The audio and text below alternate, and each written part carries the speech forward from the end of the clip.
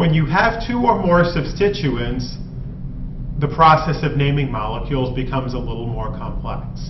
And I'm going to break this down by giving you a series of 5 rules and illustrating those rules with 5 examples. Okay, so our first rule is that each substituent gets its own number based on where it is attached to the principal chain. Okay, so, and then the second rule is that multiplying prefixes are used when there is more than one of the same substituent pattern. And what do I mean by multiplying prefixes? Well, if you have 2 identical substituents, you're going to put the prefix di in front. 3 identical substituents, you're going to put the prefix tri. 4, you're going to put the prefix tetra. 5, you're going to put the prefix penta. 6, hexa. 7, hepta. 8, octa, etc. Okay, so let's put these rules into practice by looking at an example. Let's try to name the following molecule. Well, what do we do with this? Well, the first thing we have to do is we have to identify the parent chain. Okay, and the parent chain is going to be an octane because it is 8 carbons long, just simply going from left to right. Now we have to find the substituents and figure out what the identity of those substituents is. Well, looking at this, you should be able to see that coming off of the main chain, there are 2 methyl groups. Okay, 2 1-carbon substituents, which are methyls. Okay, so now we have to ask how many. There's 2 of them. So what multiplying prefix are we going to need? We're going to need the prefix di. Now, where are those substituents? Well, we have to number this chain from right to left, because that's going to put substituents at carbon 3 and carbon 4. If we numbered it from left to right, the substituents would be between carbon 5 and carbon 6, and those are higher numbers than 3 and 4. So you always want to number the chain so that your substituents get the lowest possible numbers. Okay, so location of substituents, carbons 3 and 4. And now we can take all of this, put it together, and come up with a name. Okay, so it's an octane derivative. We're going to start by writing octane.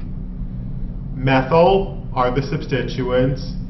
Di, because there's 2 of them. And 3, 4, because they're between carbons 3 and 4.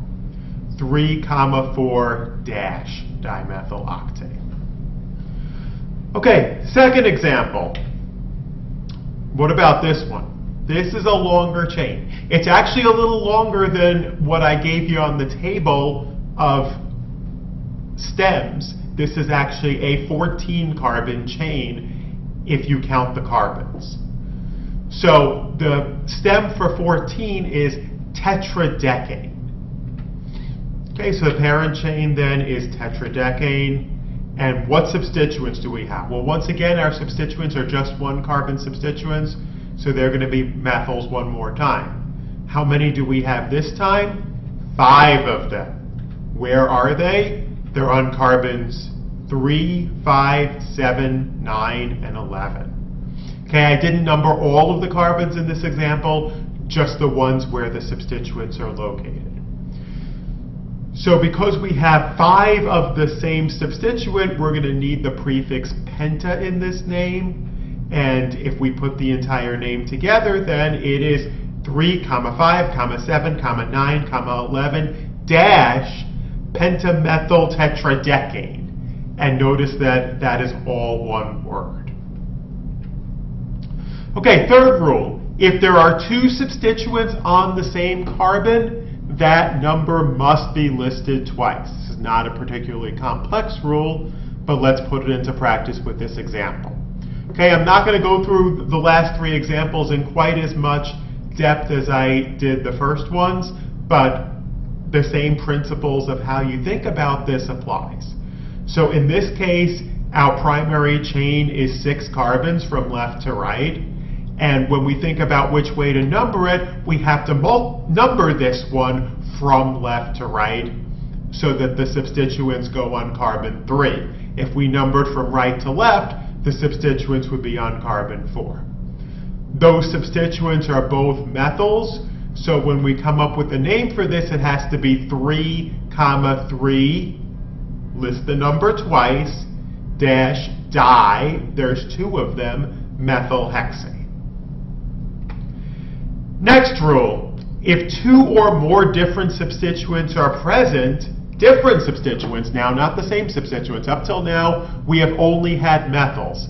But if you have different substituents, they need to be named in alphabetical order, even if that puts a higher number first. And multiplying prefixes are dropped when alphabetizing groups. And we'll see more examples of this as we go forward. So, if you have methyl, M is always going to come before propyl, P, even if you have 2 propyls, and it would be dipropyl. Okay, so an example of this is the following molecule. It is still a 6-carbon molecule. And this one also has to be numbered from left to right. We have a methyl group at carbon 2, and we have an ethyl group at carbon 4. But when coming up with the name for this, we have to put the ethyl first, because E comes before M in the alphabet, even though the ethyl group is at carbon 4 and the methyl group is at carbon 2. So the proper name for this is 4-ethyl-2-methylhexane. And when you say the names, you don't say all of the dashes. You'll just say 4-ethyl-2-methylhexane. Next rule, when there are 2 possible principal chains or parent chains, the one you choose to be the parent chain is the one with more substituents.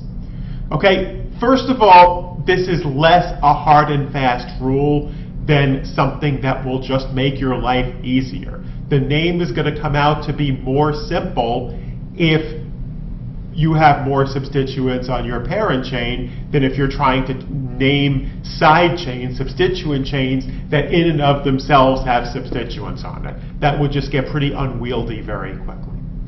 So let's look at an example of this. This is the most complex molecule we've looked at to date, and you have 2 chains that are 8 carbons in length. So obviously if you have chains that are different lengths, we already know that the longest chain is the parent chain. But what do we do with our 2 8-carbon chains? Well, if you haven't seen yet where the 2 8-carbon chains are, we have one going straight across the molecule that I've indicated in a black oval. And then we have another one where at carbon 5 there's a group going down, which I have circled in red. So the first chain, the one going straight across, has 3 substituents. You have a methyl group on carbon 3, a propyl group on carbon 5 going left to right, and another methyl group on carbon 6. If we were to consider the chain circled in red as the parent chain, it would have only 2 substituents. You would still have a methyl group on carbon 3, but then on carbon 5, you would have a 4-carbon group that is in itself branched. Now we will learn to handle branched alkenes in the next lecture, but for the moment we want to put this rule into practice and declare that the chain with 3 substituents is the parent chain, and that's the one that is circled in black. The next question that comes up is whether we need to number this chain from left to right or right to left. I told you what was going on if we numbered it from left to right. There would be methyls at carbons 3 and 6, and then a propyl at carbon 5. But what happens if we number it from right to left? We still have methyls at carbon 3 and carbon 6, but in this case we now have the propyl at carbon 4 instead of at carbon 5. So this chain is going to have to be numbered from right to left. And when we come up with the name now, M comes before P, even though there's a di in front of the M. So this is going to be 3,6-dimethyl 4-propyl octane.